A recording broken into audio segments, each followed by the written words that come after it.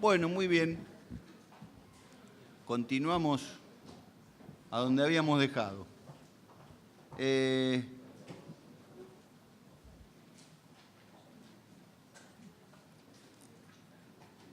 A las previsiones del Código Fiscal que veíamos, se le fueron sumando con el tiempo distintas previsiones en leyes especiales, leyes impositivas o leyes de esas típicas leyes ómnibus que disponen durante el año medidas tributarias, donde se generaron nuevas facultades, si bien como vimos ya las facultades de por sí eran amplísimas, delegadas en ARBA para generar regímenes,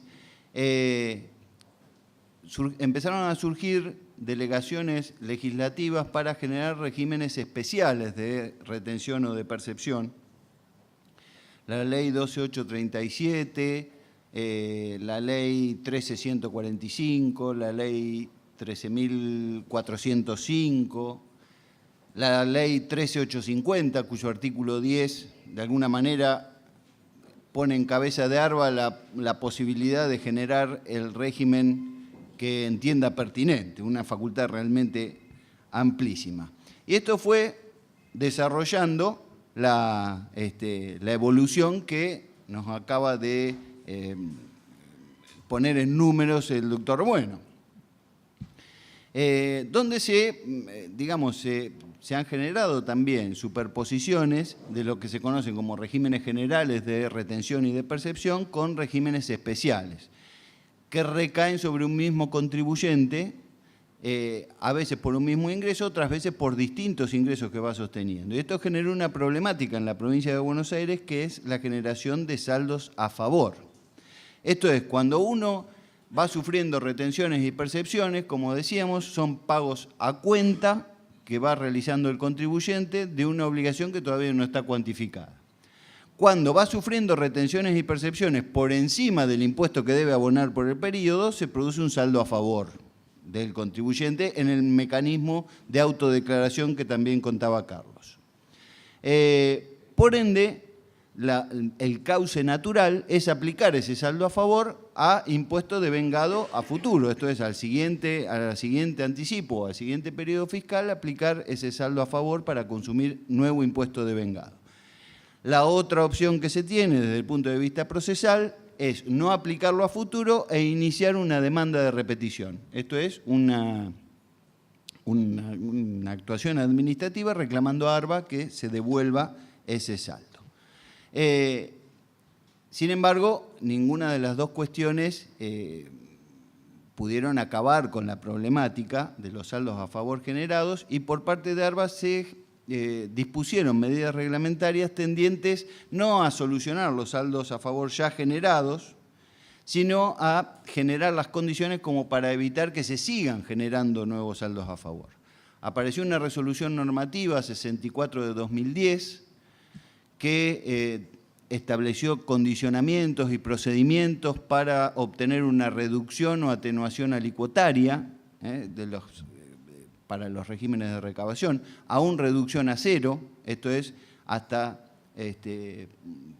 por un tiempo no sufrir retenciones o percepciones bajo determinado régimen, como para evitar que surjan nuevos saldos a favor.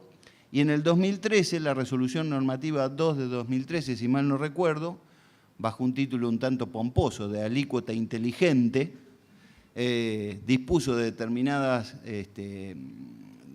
procedimientos para utilizar la información con la que cuenta ARBA sobre los contribuyentes como para hacer una especie de alícuota a medida, si se puede decir, de cuánto se le debe recaudar a un contribuyente para que no se le genere saldos a favor a través de los mecanismos de padrones que nos va a contar Carlos seguidamente. Ha consistido en hielo para la inflamación estos dos sistemas. De alguna manera se han ido aquietando las aguas, que en un momento se habían puesto más que bravías, pero lo cierto que es una problemática cuando tenemos semejante impacto recaudatorio a través de los regímenes y tenemos tan amplias facultades para crear regímenes, esos regímenes son creados tanto generales como especiales, Obviamente hay situaciones de creación de saldos a favor, a pesar de todo este menú de opciones que intentan apaciguar o calmar el dolor. Yendo a los regímenes generales, entonces, tenemos un régimen general de retención, un régimen general de percepción, que están previstos en la disposición normativa Serie B, número 1 de 2004. Esa cuya consulta recomiendo en el Centro de Documentación Jurídica de la página de ARBA, en tanto que es muy difícil, es una disposición normativa Serie B, número 1 de 2004, más conocida como la B1, se imaginan que había que ponerle un sobrenombre porque si no es larguísimo. Desde el año 2004 a hoy debe haber sufrido alrededor de 500 modificaciones. Es la gran reglamentación no solamente de estos regímenes, sino la gran reglamentación de ARBA, con lo cual reglamenta casi toda la parte general y especial del Código Fiscal en ese sentido. Con lo cual, con todas las modificaciones que ha sufrido, son muy pocos quienes cuentan con la información de tener la última versión. Nosotros tenemos en la web de ARBA esa última versión e incluso tenemos un segundo documento donde está la última versión con los antecedentes, todos incorporados en un Word, que es lo que más nos gusta a los abogados chusmear. Así que, vuelvo, en la página web de ARBA, Centro de Documentación Jurídica. Y si no, el mail y el teléfono que les indicaba, Sergio Ripoll es el jefe de ese departamento. Bien. Sí, perdón, no, quería sumar a esto. Además, nosotros convivimos con una cuestión práctica en nuestro métier, que es los cambios normativos. Es decir, si algo no tiene esta materia, es estabilidad normativa. Entonces, esto realmente es importante porque aún en el tema de los regímenes ha habido innumerables cambios, aún tomando el 2012 en adelante, de la ley penal tributaria. Por eso es muy interesante porque uno por ahí se encuentra eso, con plazos diferentes, con cuestiones de fondo incluso diferentes, que hacen que sea este documento que le dice Ángel. El vigente es el que está hoy, que es una gran comodidad, pero el otro que se llama actualización, ¿verdad? Le trae todos los antecedentes. Y ahí van encontrando todos los cambios, lo que estuvo vigente, de qué fecha y hasta qué fecha. Pero es una característica propia de nuestra materia, la dinámica normativa que ella tiene. De hecho, se ha desarrollado el eximente del error excusable de hecho de derecho, a nivel de determinadas sanciones pecuniarias previstas por el propio Código Fiscal, a raíz de esta particular versión del principio de certeza que tenemos en materia tributaria. Esto no solamente a nivel provincial, sino a nivel nacional y en las otras administraciones locales. Bueno, les decía que la B1 entonces de 2004 es la que establece los regímenes generales de percepción en primer lugar, artículos 3, 18 y siguientes, y genera las condiciones para ser agente de recaudación, de retención y de percepción. La primera exigencia se vincula con el tema de la territorialidad. Debe haber un asentamiento por parte de ese agente en territorio de la provincia de Buenos Aires. No hay una exigencia normativa de que se trate de un contribuyente del impuesto sobre los ingresos brutos bonaerenses. De hecho, ya vamos a ver que se puede tomar en cuenta montos desgravados, es decir, no alcanzados por el impuesto. Lo que sí exige es que haya un establecimiento en la provincia, aún una sucursal, una oficina, una dependencia, más allá del domicilio legal o real de este ente o de esta empresa o de este sujeto, o bien que ejerza la actividad en la provincia a través de un intermediario, un comisionista o un consignatario. Y el segundo condicionamiento tiene que ver con una presunción que realiza ARBA al momento de diseñar estos regímenes, donde no quiere endilgarle la calidad de agente de recaudación a los pequeños comerciantes que carecen de la infraestructura necesaria o de las posibilidades operativas y administrativas para asumir este tipo de obligaciones sustantivas. Y por ende, a los fines de parametrizar esto, toma en cuenta los ingresos del sujeto del año fiscal anterior. ingresos brutos operativos, dice, grabados, no grabados o exentos. O sea, la totalidad de los ingresos obtenidos en el año anterior es lo que va a marcar la obligación al año siguiente de ser o no agente de retención o de percepción en el régimen general. El principio, digamos, del monto general es de 10 millones de pesos, que asciende a 12 en el caso de expendedores de combustibles líquidos derivados de petróleo y desciende a 5 millones de ingresos por el periodo fiscal anterior para los comerciantes mayoristas, los que se dedican a la venta mayoristas de bienes. Esto con la clara intencionalidad de llegar a la mayor cantidad de contribuyentes que se dediquen a la venta minorista a través de los regímenes generales y especiales de retención. Y son sujetos pasivos de retención, nos dice el artículo 321, aquellos vendedores, prestadores o locadores por más de 400 pesos, serán sujetos pasibles al momento que se le pague por esa venta, por esa prestación, por esa locación, serán sujetos pasibles de retención. Y por operaciones, digamos, por montos de mayores a 50 pesos, serán sujetos pasibles de percepción los adquirentes, los locatarios o los prestatarios de servicio en los términos que habíamos mencionado. Esto en líneas generales, los sujetos activos y pasivos, digamos, de los regímenes de recaudación. Por supuesto que existen innumerables exclusiones. Veíamos que hay una limitación por el monto de la operación o por el monto del impuesto a recaudar. Los sujetos que se encuentran desgravados obviamente no son sujetos pasibles de recaudación. Pero a esta altura, y como para ir terminando esta primera parte, hay algo que se involucra muy emparentado con estos regímenes, que no tiene que ver con una cuestión material o sustantiva de recaudar, sino que tiene que ver con una facultad de fiscalización o de verificación que es lograr obtener información.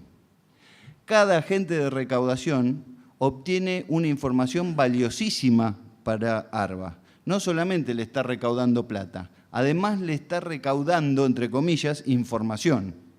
Todas las operaciones que está realizando cada contribuyente con esa agente son informadas a ARBA. Quien conoce va a conocer toda la operatoria comercial de un contribuyente a través de la información que le brindan los distintos agentes con los que se va topando.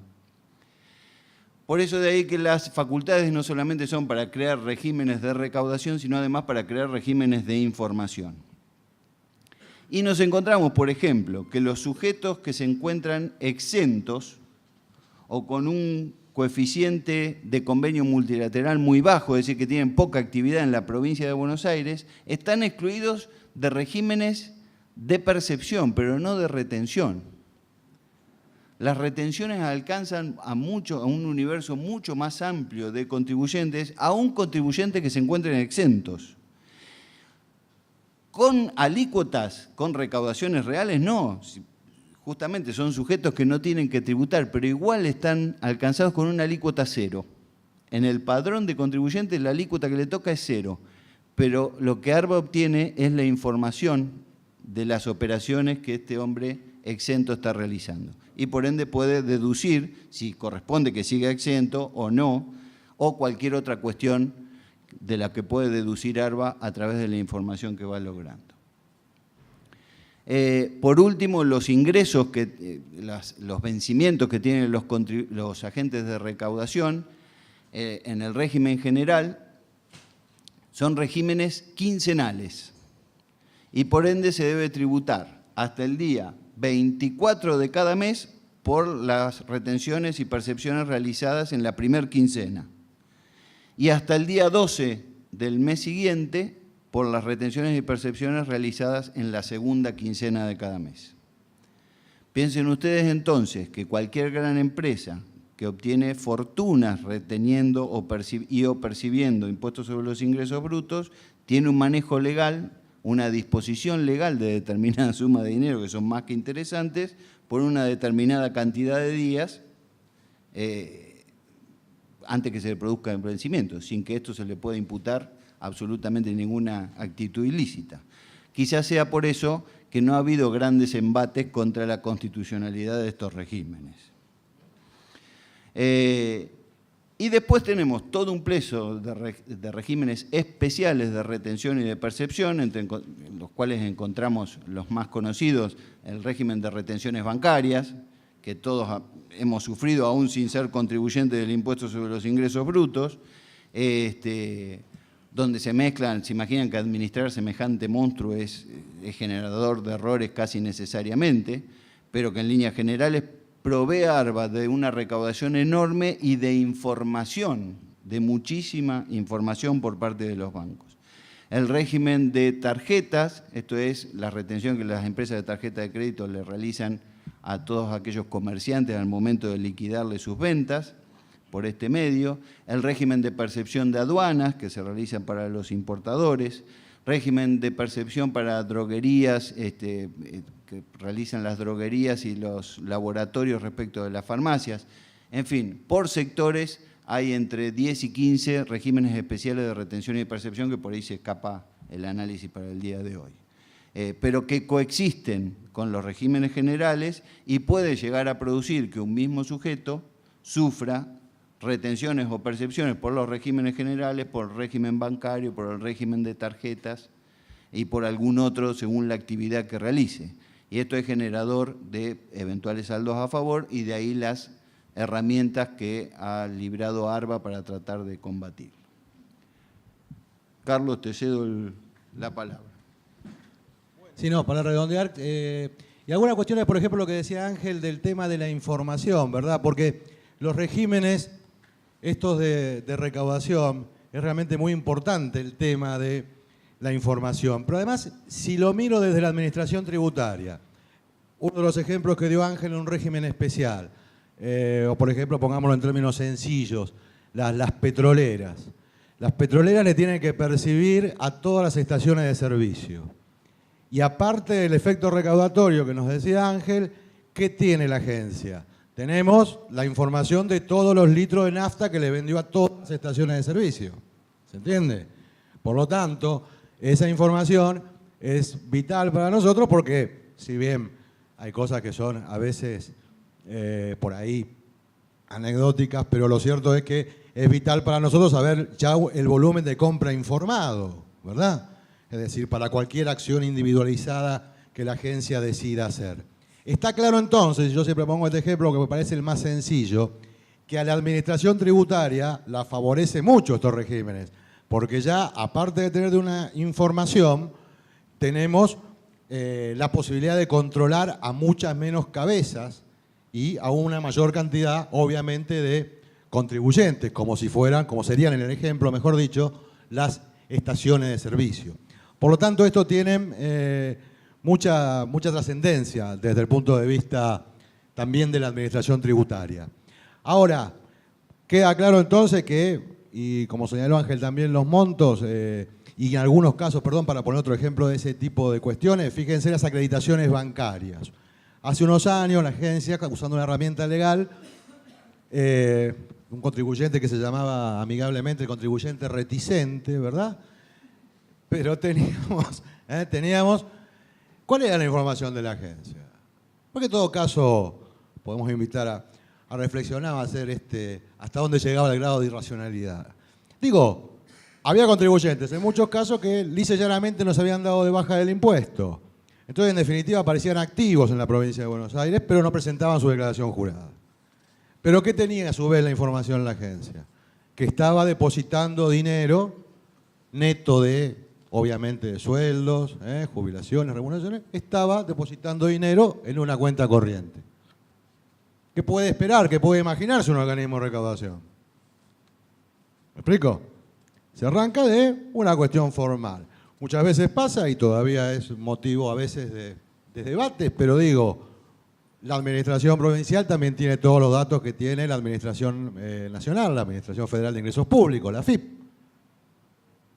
les sorprendería a ustedes el número de contribuyentes monotributistas con domicilio en la provincia, que en ingresos brutos, bien, gracias. Está bien, siempre hay márgenes de errores, porque obviamente uno mira, bueno, yo trabajo en Capital, pero me hicieron poner mi domicilio real en Lanús, pero yo trabajo en Capital. Está bien, pero realmente el número es muy alto, de gente que está prestando servicio en la provincia, aparece como monotributista en la FIP, tiene domicilio en la provincia y de nosotros se ha olvidado, o en principio no se ha acordado, o tal vez no le corresponda acordarse de nosotros. Bueno, desde el punto de vista de las cuestiones que quedan para abordar muy brevemente, está claro entonces que un agente de recaudación es una obligación legal que obviamente cuando llego a los extremos de monto y demás requisitos que explicitó Ángel, me tengo que inscribir y empieza ahí mi obligación formal de actuar. Y desde el punto de vista de esta obligación, no me queda otra que cumplirla. Es un régimen que está muy gravoso, es muy gravoso desde el punto de vista sancionatorio, como vamos a ver en un ratito, pero digo, no es una cuestión, digamos, voluntaria, si se cumplen los extremos. Ahora bien, Ángel dio algunos números, por ejemplo, 10 millones, régimen general, es decir, ¿por qué? Porque sí es una carga administrativa, porque sí a veces hay que adicionar sistemas informáticos nuevos, también porque compartimos regímenes de retención y percepción con la FIP, porque en realidad un contribuyente de convenio multilateral, en todas las jurisdicciones los regímenes son diferentes. Entonces, esto existe realmente. Pero bueno, dicho esto, además, después hay lo que hoy la informática nos permite, esta alícuota inteligente que ha establecido Ángel, significa que la agencia ha dejado, en los regímenes generales, en los especiales está más estandarizado, pero en los generales se ha dejado de lado una alícuota única. Y hay 16 rangos de alícuota. 16 rangos de alícuota. Y esto tiene su razón de ser en el sentido de que hoy la información disponible, toda esta que estamos charlando, permite establecer un mayor o menor riesgo, si ustedes quieren, en las operaciones que ese contribuyente realiza. Ya sea cuando le pagan, en el caso de retención, ya sea cuando compra, al momento de la percepción. Pero teniendo esta posibilidad que le decía, que en algunos casos está en una alícuota cero. Pero se consideran un montón de variables y muchas tienen que ver con la administración, ¿verdad? El contribuyente, el cumplimiento formal, no solo el sustancial, la presentación de declaraciones juradas, la circunstancia de que esté o no en alguna instancia judicial. Hay un montón de antecedentes que van teniendo, van dejando rastros dentro de lo que es los registros de la administración. Así que, nuevamente, cierto, la carga administrativa es importante porque obviamente tiene que entrar un agente de retención y percepción, yo le voy a comprar, le doy mi quit, tiene que entrar en un padrón, ver mi quit y ver a qué alícuota me tiene que adicionar en el caso de la percepción o retener en el caso de la retención. ¿Me explico? Es decir, existe este sistema, hoy la informática lo permite y la verdad que fuera de toda cuestión, más allá como una opinión más es debatible, pero digo, parecen estar más cercanos a una equidad. Porque un buen contribuyente que cumple regularmente, que no tiene antecedentes, cumple en lo formal, lo sustancial, ha cumplido con sus obligaciones de pago normalmente, va a tener una alícuota menor. ¿Por qué? Porque el riesgo, que es una palabra que en nuestro trabajo es también bastante trascendente, el riesgo que tenemos en el incumplimiento es menor. A la inversa, a contrario sensu, tenemos las circunstancias que obviamente, a mayores incumplimientos, mayor riesgo. La alícuota parece mayor. Muchas veces las cosas parecen que equitativas, pero no, a veces son entre no personas equitativas. ¿Me explico? Bueno, pues podemos decir mucho o poco, ese es otro tema que le toca en cada caso particular. Pero si uno lo mira como diseño, poder tratar y restarle un porcentaje de alícuota diferente, reitero, de 16 rangos, parece apuntar a la equidad en el tratamiento, más allá después del resultado puntual en cada uno. Obviamente, ¿Quién es la más alta alícuota? Bueno, aquel sujeto que viene, hace una compra en provincia de Buenos Aires, se entrega en la provincia de Buenos Aires y no está inscripto en ingresos brutos. Está previsto hasta el caso de los que no están inscriptos. Esto trae un montón de inconvenientes, y es una cuestión técnica muy compleja. Pero bueno, en cabeza de la gente, si el lugar de entrega ha sido la provincia de Buenos Aires, está obligado a actuar. Y como siempre decimos, ustedes lo saben, sobre todo los abogados, ¿verdad? Ante nosotros mucho de charla no hay que ver los papeles. El agente, si no, fácilmente se queda en evidencia. Queda en evidencia y no se olviden que están las dos informaciones. La que la gente nos suministra y después cuando el contribuyente autodeclara sus obligaciones, también tenemos la información de todo lo que le percibieron y le retuvieron. ¿Se dan cuenta? Es cruzado el contralor, de un lado y del otro. Bueno, ahora, entre las obligaciones formales, y esto tiene que ver obviamente con estas cuestiones que no vamos a batir nosotros, pero bueno, obviamente, más allá de la actuación entonces de los agentes, esta obligación de presentar declaración jurada, aunque la misma resultara eventualmente en cero. Hay que presentar la declaración jurada y es ahí precisamente donde el agente reconoce su pertenencia como tal, como agente, y además nos cuantifica. Vuelvo a decirles, es autodeclarado. Digo yo, en concreto, en un tema puntual, bueno, después se debate en la jurisprudencia, como seguramente lo dirán quienes nos sucedan en la charla, pero digo, presento una declaración jurada en cero o no la presento, es lo mismo. ¿Estoy engañando al fisco o no?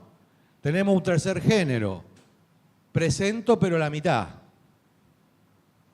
Fíjense que los tres casos podrían ser diferentes. Ustedes están en mejores condiciones que yo para resolver esta cuestión desde el punto de vista penal. Pero fíjense que podrían ser tres situaciones diferentes más allá de la jurisprudencia. Porque digo, bueno, una cosa es que lo presente, otra cosa es que no lo presente, otra cosa es que me lo presente por la mitad. Me animo a decir nada más que una opinión personal. Digo, bueno, si me lo está presentando y por la mitad, tenemos alguna cuestión que evidentemente me queda queriendo engañar. Porque si no, podemos llegar a un punto, a un esquema, que es cierto toda la información que tiene el fisco, pero en donde se escudan muchas veces ciertas argumentaciones, pero el fisco tiene la facultad de verificar y fiscalizar. ¿Se imaginan que, ya les digo, si tengo una base activa de ingresos brutos de 1.600.000 contribuyentes y todo Barba seremos 5.000 personas? ¿Se dan cuenta? Está bien, está en la facultad de verificar y fiscalizar. Pero todo tendría que tener su margen de razonabilidad.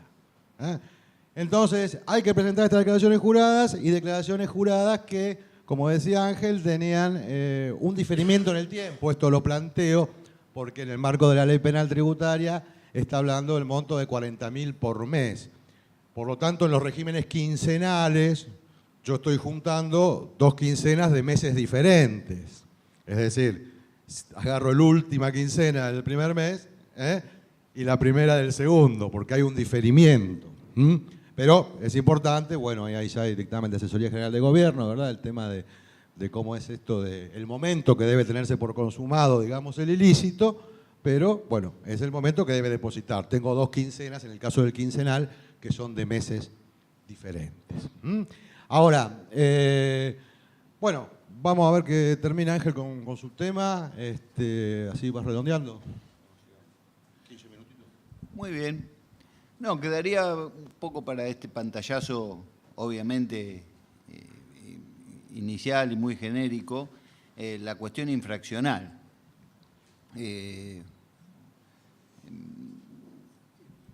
Donde me empiezo a meter en un terreno que ya les decía me da escalofríos.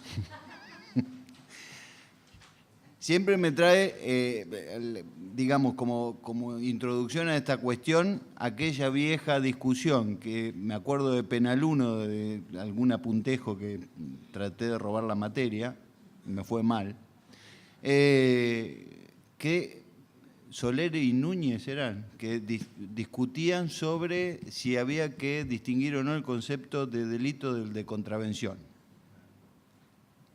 Y que si es un delitito, si no lo es, si hay que el bien jurídico tutelado, si no sé qué. Lo que a mí me quedó en claro, sobre todo cuando empecé a ver cómo funcionaba la cuestión infraccional tributaria en sede administrativa, es que cuanto más distinguimos infracción de delito, menos aplicamos los principios generales del derecho penal. Y más dejamos la cuestión en terreno administrativo con todo lo que eso implica. Lo cierto es que, más allá de esta discusión, que sin duda está absolutamente vigente, más allá de cómo esté en la doctrina penal, digo, en nuestra materia creo que está totalmente vigente, lo cierto es que encontramos en el Código Fiscal un larguísimo artículo de situaciones en las que se va a presumir ánimo defraudatorio, se va a presumir el dolo. No está esto vinculado a los agentes de recaudación, pero digo, hay un plexo que incluso también se verifica en la 11683, en el régimen nacional, donde los jueces administrativos, al momento de aplicar sanciones, manejan parámetros más administrativos y no tan penales. Si bien esto se va delineando con instancias de revisión, donde están los tribunales fiscales, donde está la justicia contencioso-administrativa, que revisa todas estas cuestiones con otros criterios quizás, lo cierto es que los agentes de recaudación están sometidos, en el caso desde el régimen infraccional del Código Fiscal de la Provincia de Buenos Aires, a una serie de penalidades desde el punto de vista económico absolutamente gravosas. Pensemos que cuál va a ser la voluntad legislativa de punir conductas desviadas de agentes de recaudación, con todas las tentaciones que tiene un agente de recaudación, por todo lo que hemos visto, cuando la incidencia recaudatoria es la que tiene. Entonces, tenemos distintos deberes y distintas obligaciones sustantivas en cabeza de la gente. La primera, la que decía Carlos, presentar declaración jurada. Si un contribuyente no presenta declaración jurada, se le cobran 300 o 600 pesos por declaración jurada, según sea persona física o jurídica. Con un dispositivo que puede ser automático. Fíjense cómo nos vamos alejando del derecho penal de ustedes. Puede haber una multa automática, sin procedimiento. En Provincia de Buenos Aires hasta ahora no se ha aplicado, pero es una realidad legal, digamos, puede empezar a aplicarse en cualquier momento. Tiene su fundamento, por supuesto, pero bajo ciertas condiciones puede aplicarse de manera automática. Y en el caso del agente de recaudación por declaración jurada, que puede ser quincenal, o sea, estamos hablando de 2 por mes, es de 5.000 pesos por declaración jurada. Ahí claramente se ve la voluntad legislativa de punir severísimamente al agente de recaudación, ya por el solo hecho no de recaudar o no recaudar, sino de no presentar declaración jurada, deber formal. Iba a decir el papelucho, pero en realidad hoy en día es web, la declaración jurada de los agentes. Y luego las obligaciones sustantivas. El agente tiene o bien 2 obligaciones materiales o bien una obligación que se divide en 2 etapas absolutamente marcadas y que generan consecuencias jurídicas distintas. La primera, como decíamos hoy, la de recaudar, la de retener o la de percibir. Primera obligación o primera etapa de una única obligación. Les dejo a ustedes ese debate porque en realidad creo que no está cerrado. Y la segunda etapa es, una vez recaudado el impuesto, depositarlo en término. No solo depositarlo en término. En cualquiera de los 2 supuestos, si se incumple la obligación, se genera una primer sanción pecuniaria que son los llamados recargos. Los recargos son una sanción prevista en el artículo 59, si mal no recuerdo, del Código Fiscal, que se calculan por un porcentaje tasado por ley en virtud del tiempo de demora en el ingreso de los del impuesto que debió recaudarse, esto es, se aplica tanto aunque no haya recaudado y no ingresado, o haya recaudado e ingresado. En cualquiera de las dos situaciones, los recargos son debidos. Constituyen un porcentaje, decía, tasado, hay unas escalas por tiempo de demora, y se aplican sobre el impuesto omitido o recaudado y no ingresado, más los intereses. Creo que el máximo de recargos, no sé para qué hago un 60, ¿no? El máximo de recargos son ya más de 180 días de demora, creo que es 60% aplicado sobre el impuesto más los intereses. Más los intereses. Hoy en día creo que 3,5 o 4 mensual no acumulativo, si mal no recuerdo. Ya arrancamos con una sanción pecuniaria más que gravosa. Y luego, ahí sí, distinguir según la conducta de la gente. Aquel que omite retener o percibir está bajo la figura del artículo 61 del Código Fiscal, que sería la infracción negligente, inexcusable, culposa, que es el mero incumplimiento de la obligación fiscal a su vencimiento. Y en el caso de los agentes de recaudación tiene que ver con el incumplimiento de la obligación primera, la de recaudar, la de retener o percibir. Acá la multa va hasta el 120% del impuesto omitido. Multa principal, multa accesoria, sanción principal, perdón, sanción accesoria, se acumulan los recargos, ya tenemos 2 sanciones. Y obviamente está la menos querida por el legislador, la más punida por el legislador, la menos deseada, que es aquella que alcanza a la gente que retuvo, percibió y no ingresó. Históricamente, hasta ahí era la descripción legislativa del artículo, hoy en día es el 62, inciso B. Es aquel que no deposite los montos recaudados a su vencimiento. Ahí se cortaba la figura en el Código Fiscal. Esto llevó a un gran debate vinculado al elemento subjetivo. Había que probar el dolo en el agente de recaudación. La figura se llama defraudación fiscal. ¿Habría que probar el dolo o tratamos con una figura de naturaleza objetiva? Discusión que a nivel administrativo se plantea. Se plantea y muchas veces se decide por el lado de la objetividad. No ayudó mucho en este sentido, la jurisprudencia de la Corte de Nación desde la década del 60 con Parafina del Plata, con Usandizaga, Perrone y Juliarena, siempre advirtió que esto es materia penal y que el elemento subjetivo tiene que verificarse y que la conducta dolosa y demás, aplicable esto en materia tributaria, sancionatoria tributaria estrictamente. Y de ahí para adelante lo ha venido repitiendo continuamente la Corte Suprema de Justicia de la Nación.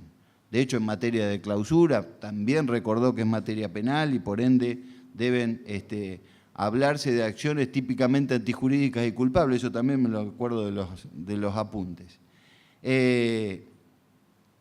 La Suprema Corte bonaerense no aportó en este sentido a la discusión y se paró en la literalidad de la norma. Y si bien no lo dijo con todas sus palabras, yo creo que lo dio a entender casi expresamente, que tratamos con una figura de naturaleza objetiva, donde lo que se requería era el ingreso fuera de término y no mucho más. Obviamente hablamos de impuesto recaudado. Tiene que estar en poder de la gente. De hecho, la figura habla de mantener el agente en su poder dinero retenido o percibido luego de vencidos los plazos al efecto. Se le trajo la jurisprudencia, estos antecedentes que tiene la Corte Suprema de Nación. La Suprema Corte advirtió que el elemento subjetivo era comprensivo no solo del dolo, sino también de la mera culpa. Recordó que uno de esos casos se daba en el marco de una norma que exigía el dolo expresamente. No tomó en cuenta el pago espontáneo, no tomó en cuenta la declaración, porque decía que ya la defraudación ya estaba configurada, entonces el pago posterior espontáneo no desfiguraba esa tipificación. No admitía el retraso escaso, de pocos días, como elemento eximente. Y lo planteaba de una manera, ya les digo, casi objetivo. Lo planteaba, lo plantea. Tengo acá una causa del 9 de octubre de 2013, Alba, Compañía Argentina de Seguros, donde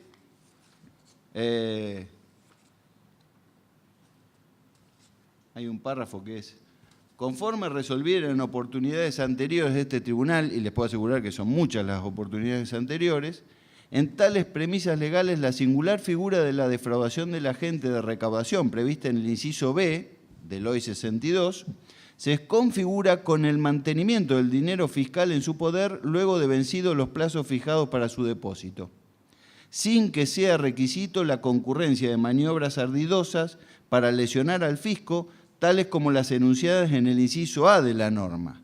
El inciso A de la norma prevé la defraudación fiscal de los contribuyentes, donde ya sí debe haber una ocultación maliciosa, una declaración engañosa, una conducta muy similar a la descrita por el legislador para la evasión simple en el caso de la ley penal tributaria. Esta postura ha sido de alguna manera desvirtuada hoy, desde hace 3 años más o menos, por el propio legislador. Obviamente acá la Corte estaba juzgando un caso más viejo. Pero desde el año 2010 creo que es. Bien. Desde el año 2010 creo que es, el propio artículo 62, inciso B, incorpora, creo yo, el aspecto subjetivo, al menos lo esboza. ¿Por qué? Porque ya permite no instruir sumario al juez administrativo cuando la demora sea de hasta 5 días hábiles, cuando el agente no registra antecedentes y cuando el pago haya sido espontáneo y total, esto es, con los intereses y recargos de ley. Con esto creo que el propio legislador bonaerense ya introduce la subjetividad, si bien no una subjetividad espléndida, pero subjetividad al fin, y ya no se puede admitir la aplicación de la sanción bajo esta figura bajo criterios objetivos. El Tribunal Fiscal ha mantenido, a pesar de esto, ha mantenido una jurisprudencia distinta, presume ante la demora en el depósito, la falta de depósito del dinero recaudado, presume el dolo y admite la prueba en contrario puesta en cabeza de la gente, quien tiene que demostrar alguna causal eximente o de alguna manera demostrar que no ha tenido intencionalidad de defraudar al fisco. Obviamente acá, a diferencia de la sanción por omisión, que es hasta el 120%, acá hablamos hasta de un 300% de multa. Obviamente es una conducta mucho más gravosamente penada. Bueno, podríamos seguir muchas horas más, pero me han dicho 5 minutos, así que... Sí, perdón, yo quería hacer un solo aporte para que tengamos presente también que tiene que ver con este régimen. Fíjense que el artículo 105 del Código Fiscal es aquel que le delega a ARBA la posibilidad de establecer regímenes de regularización. Pero fíjense las limitaciones. Se excluyen de la autorización establecida en este artículo a ARBA para que establezca regímenes de regularización de deuda, las deudas de los agentes de recaudación provenientes de retenciones y o percepciones no efectuadas o efectuadas y no ingresadas en término. Es decir que la administración provincial necesita una ley especial, como ocurrió este año, para que puedan regularizar la deuda, después sigue también sus intereses, recargos y accesorios, solamente lo puede hacer por una ley especial. Fíjense el legislador nuevamente. Dice, bueno, usted, ARBA, tiene la facultad de hacer un régimen de regularización, pero no en el caso de los agentes, aún de aquellos que no han actuado como tal. Bueno, yo un poco como, antes de abrir las consultas, no sé cómo nos manejaremos, pero vuelvo con las palabras iniciales respecto a lo positivo que me parece la jornada de hoy y obviamente quedando a disposición para futuras jornadas. En ese contexto me parece necesario puntualizar que, un poco lo advertía el doctor Budassi, hay figuras del régimen penal tributario que creo que pueden ser exploradas, al menos desde la teoría, desde la planificación por parte de ARBA y obviamente por parte también de la Procuración, aquellos que tienen que ver con los beneficios fiscales, donde existe en la provincia de Buenos Aires un plexo amplísimo de beneficios de distintas características, objetivos, subjetivos. No solamente el aprovechamiento, sabemos que por ahí la evasión agravada, por ahora al menos, es una figura casi inaccesible para el sistema tributario bonaerense, pero recordemos que como delito de peligro, esto también me lo acuerdo de los apuntes, tenemos el acceso fraudulento a un beneficio fiscal, sin necesidad de producir daño a la hacienda pública en el sentido de que haya evasión de impuestos. Hay adulteración dolosa de registros, hay simulación dolosa de pago, como hablábamos hoy. Hay figuras que merecen ser exploradas. ¿En qué sentido? En el sentido de poder intercambiar estas cuestiones tributarias con cuestiones penales vinculadas a la cuestión. Y si hay alguna forma de aprovechar cuestiones tan perjudiciales como la inflación, tengamos en cuenta que en poco tiempo, al menos la evasión simple podrá estar a la vuelta de la esquina, aún en el sistema tributario bonaerense. Así que bueno, muchísimas gracias.